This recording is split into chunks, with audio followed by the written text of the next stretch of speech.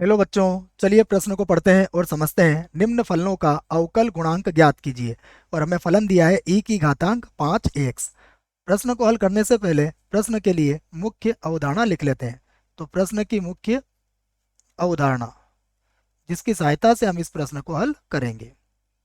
मुख्य अवधारणा में हम सबसे पहले अवकलन का एक सूत्र लिखेंगे।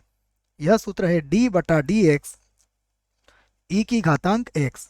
इसका अवकलन होता है e की घातांक x, यह याद रखना है आपको। उसके बाद d बटा डी एक्स एक्स की घात n का भी सूत्र हम याद रखें, यह होता है n एक्स की घातांक n माइनस 1। दूसरी मुख्य अवधारणा में हम श्रृंखला नियम को समझेंगे। तो मैं इस बात को भी यहां लिख देता हूं, श्रृंखला नियम। श्रृंखला नियम क्या होता है, इसको हम एक उदाहरण से समझते हैं। यदि हमारे पास दो फलन दिए जाएं, दो फलन में ले लेता हूं यहां पर। पहला फलन y बराबर एफ यू तथा दूसरा फलन है u बराबर जी एक्स। तब हमें dy बाई डी एक्स यदि ज्ञात करना है तो dy बाई डी एक्स हम कुछ इस प्रकार ज्ञात करेंगे। यह होगा dy बटा डी यू और गुणा यह हो जाएगा du बटा डी एक्स। इसमें एक से अधिक फलन भी हो सकते हैं, लेकिन यहाँ पर हम दो फलनों का ही प्रयोग करेंगे। अब जो प्रश्न है उसे हम y के बराबर मान लेते हैं। तो मैं लिख लेता हूं, माना हमारा प्रश्न y के बराबर है। तो y बराबर कितना हुआ, e की घातांक 5x। इसको मैं समीकरण 1 मान लेता हूं। अब यहां पर मैं 5x को u ले लूंगा। तो मैं इसी बात को यहां पर कहूंगा कि यदि 5x बराबर u हो तो y बराबर हो जाएगा e की घातांक u। अब हम दोनों का अलग अलग अवकलन करेंगे। तो अब सबसे पहले मैं लिखता हूं u बराबर 5x और इसका x के सापेक्ष अवकलन करने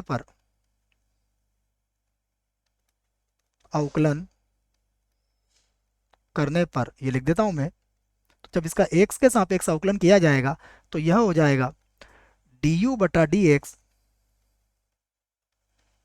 बराबर यहां पर होगा d बटा डी एक्स और 5x। तो 5 तो यहाँ पर अचर है और dx बटा dx इसका अवकलन कितना हो जाएगा, x का x के सापेक्ष 1। तो यह हो जाएगा हमारे पास 5। इसे बना देंगे समीकरण 2। और पुनः अब हम y बराबर लिख लेंगे। तो y बराबर है हमारे पास e की घातांक u और इसका u के सापेक्ष अवकलन कर देंगे। तो u के सापेक्ष अवकलन करने पर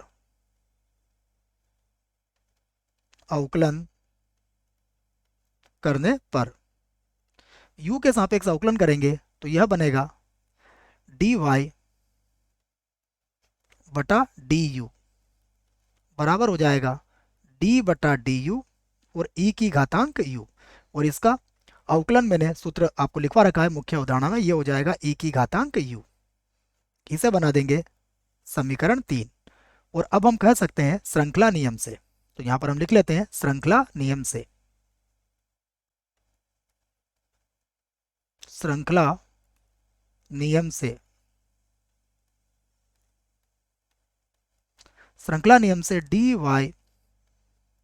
बटा dx यह बराबर हो जाएगा dy बटा du और गुणा du बटा dx के। तो यहां पर अब हम मान रख देते हैं।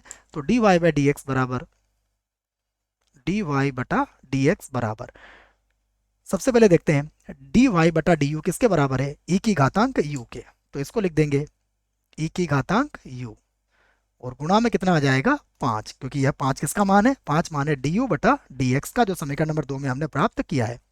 अब यहाँ पर हम u का मान रख देते हैं।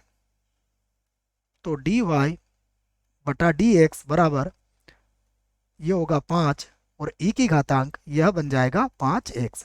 यही हमारे प्रश्न का उत्तर होगा। आशा करता हूं बच्चों आपको इस प्रश्न का उत्तर समझ में आया होगा। धन्यवाद।